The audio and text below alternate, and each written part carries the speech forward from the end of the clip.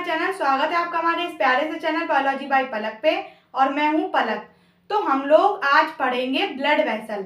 Blood vessel का section करके देखेंगे कि उसके अंदर कौन कौन सी लेयर्स प्रेजेंट होती हैं। हमारे बहुत ही छोटे छोटे से टॉपिक रह गए हैं, सिर्फ 2 टॉपिक और बचे हैं, फिर हमारा ये चैप्टर एंड हो जाएगा। Body fluid and it's circulation में 2 टॉपिक रह गए, एक है regulation of cardiac activity and दूसरा है डिसऑर्डर्स जो दिए हुए हैं। और ब्लड वेसल और कैपिलरी को आज हम कवर कर लेंगे। और रेगुलेशन ऑफ हार्ट में हमको थोड़ा सा नर्वस सिस्टम के बारे में पहले समझना होगा, तो वो भी हम आज के लेक्चर में ओरली समझ लेंगे। फिर उसके बारे में डीपली तो हम न्यूरल कंट्रोल एंड कोऑर्डिनेशन में पढ़ेंगे। तो चलिए हम लोग स्टार्ट करते हैं ब्लड वेसल। तो ब्लड वेसल को जब हम देखेंगे तो हमारी बॉडी में 2 तरह की ब्लड वेसल होती हैं, artery and veins. Artery oxygenated blood को लेके जाती है, सिर्फ एक एक्सेप्शन है। वो कौन सा एक्सेप्शन है? Pulmonary artery. When deoxygenated blood को कैरी करके लेके जाती है, सिर्फ एक एक्सेप्शन है, वो है पल्मोनरी वेन। अब अगर हम आर्टरी और वेन का सेक्शन करके देखेंगे, और इसका सेक्शन एनसीईआरटी में भी है, अगर इसको हम काट कर देखेंगे तो ये हमको कुछ ऐसी दिखाई देती है। आर्टरी वेन्स दोनों सेम दिखाई देती हैं, बस कुछ कुछ चीजों का डिफरेंस होता है। तो सबसे हमको एक्सटर्नल फेस एक लेयर दिखती है, tunica externa. Externa means outer most, तो सबसे आउटर वाली लेयर ट्यूनिका एक्सटर्ना किसकी बनी हुई होती है? कोलेजन फाइबर की और कनेक्टिव टिश्यू की। ट्यूनिका एक्सटर्ना सबसे आउटर लेयर दिखाई देती है, किसकी बनी हुई होती है? Collagen fibre and connective tissue. फिर सेकंड हमारी दोनों में सेम होती है, इसमें भी ट्यूनिका एक्सटर्ना दिखाई देती है, इसमें भी ट्यूनिका एक्सटर्ना दिखाई देती है। उसके बाद सेकंड हमारा है tunica media. Media means middle layer, middle में प्रेजेंट होती है और आर्टरी में भी दिखाई देती है, वेन में भी दिखाई देती है। लेकिन आर्टरी की जो ट्यूनिका मीडिया होती है वो थिक होती है, मोटी होती है, इसी वजह से हम बोलते हैं कि आर्टरी की वॉल्स थिक होती हैं। और वेन की जो ट्यूनिका मीडिया होती है वो थिन होती है, पतली होती है। इसी वजह से तो इंट्रावेनस इंजेक्शन दिए जाते हैं, क्योंकि वेन बहुत ही सुपरफिशियल होती है। अभी नीचे के पॉइंट्स में हम देखेंगे इनकी प्रॉपर्टीज क्या क्या होती हैं। उसके बाद हमारी ट्यूनिका इंटरना, या फिर इसको ट्यूनिका इनिशिया भी बोलते हैं। तो इंटरना में सबसे इनर वाली लेयर दोनों में सेम दिखाई देती है। फिर बीच का स्पेस आता है जिसको हम बोलते हैं ल्यूमन। अब ल्यूमन दोनों में होता है, लेकिन अंतर क्या है?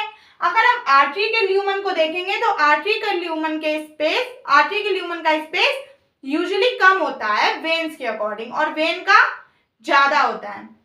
तो ये हमने लेयर देख ली। अब इसके बाद आर्टरीज क्या होती है? आर्टरी का काम होता है away from heart. A for artery, A for away from heart. Blood को हार्ट से लेकर जाती है। इसकी वॉल हम और इसका टुवर्ड्स दी हार्ट के पास लेकर आती है, क्योंकि डीऑक्सीजनेटेड ब्लड लेकर हार्ट के पास तो आएगी, हार्ट ऑक्सीजनेटेड ब्लड को आर्टरीज के थ्रू भेजेगा। फिर इसकी वॉल थिक होती है, इसकी वॉल थिन होती है। अगर हम आर्टरीज की वॉल देखेंगे तो थिक होती है, because of tunica media is thick arteries में। और इसकी वॉल थिन होती है क्योंकि इसकी जो ट्यूनिका मीडिया होती है वो थिन होती है। फिर उसके बाद इसका ल्यूमन छोटा होता है, इसका ल्यूमन बिग होता है।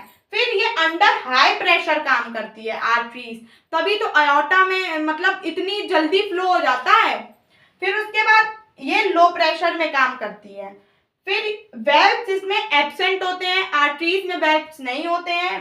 वेन्स में दिया नहीं है, एनसीईआरटी में वेन्स में होते हैं या नहीं होते। तो अगर हम आर्टरी को देखेंगे तो आर्टरी में वेल्व्स एब्सेंट होते हैं। उसके बाद ये डीपली सीटेड होती है, मतलब अंदर से होती है, सुपरफिशियल नहीं होती। मैं इसको नॉर्मली अगर मान लो कोई इंजेक्ट किया जाए, बॉडी में कोई इंजेक्शन दिया जाए तो वो वेन्स में दिया जाता है, क्योंकि ये सुपरफिशियल होती है। तो ये डीपली सीटेड होती है, सुपरफिशियल होती है। All artery carries oxygenated blood accept pulmonary artery. All veins carries deoxygenated blood accept pulmonary vein. तो यहाँ पे हमने ब्लड वेसल का सेक्शन करके देख लिया है। और ब्लड वेसल की अगर आपको रिवीजन करना है, यहाँ से देखने के बाद आप फटाफट रिवाइज कर सकते हो, उसमें मैंने शॉर्ट डाल रखा है ब्लड वेसल का, तो आप वहां से जाकर उसको देख सकते हो। फिर हमारी आती है कैपिलरी। कैपिलरी बहुत ही सिंपल सी बात है कैपिलरी के बारे में। Is lined by simple squamous epithelium. ये सिंपल स्क्वेमस एपिथेलियम की बनी होती है, जिसको हम बोलते हैं एंडोथेलियम। दोबारा से देखो, कैपिलरी सिंपल स्क्वामस एपिथेलियम की बनी हुई होती है, जिसको हम बोलते हैं एंडोथेलियम। क्यों बनी हुई होती है? Simple squamous epithelium breathing and exchange of gases में हम पढ़ेंगे एल्वेओलाई की वॉल में होता है, मतलब यूजुअली डिफ्यूजन कराने के लिए बहुत थिन होती है ताकि आसानी से डिफ्यूजन हो जाए। तो कैपिलरीज में क्या होती है? सिंपल स्क्वामस एपिथेलियम, ताकि ऑक्सीजन एंड कार्बन डाइऑक्साइड का आराम से क्या हो जाए? डिफ्यूजन हो जाए।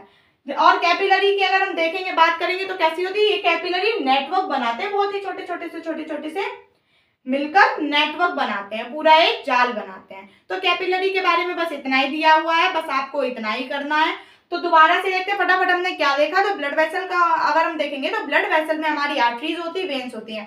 आर्टरी और वेन्स को सेक्शन करके देखेंगे तो दोनों के आउटर लेयर को हम ट्यूनिका एक्सटर्ना बोलते हैं, मिडिल लेयर को ट्यूनिका मीडिया बोलते हैं और इनर लेयर को ट्यूनिका इनिशिया बोलते हैं। आर्टरीज का ल्यूमेन स्मॉल होता है और वेन्स का ल्यूमेन बिग होता है। उसके बाद इसकी ट्यूनिका एक्सटर्ना किस की बनी होती है? कोलेजन फाइबर और कनेक्टिव टिश्यू की। उसके बाद आर्टरीज का काम होता है अवे फ्रॉम हार्ट ब्लड ले जाना, वेन्स का काम टूवर्ड्स दी हार्ट। फिर आर्टरीज का काम, आर्टरीज की वॉल थिक होती है क्योंकि इसकी ट्यूनिका मीडिया थिक होती है।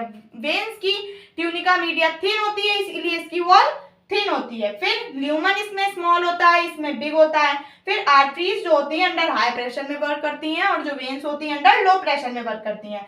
इसमें बैक्स एब्सेंट होते हैं, डीपली सीटेड होती है, ये सुपरफिशियल होती है। All arteries carries oxygenated blood accept pulmonary artery.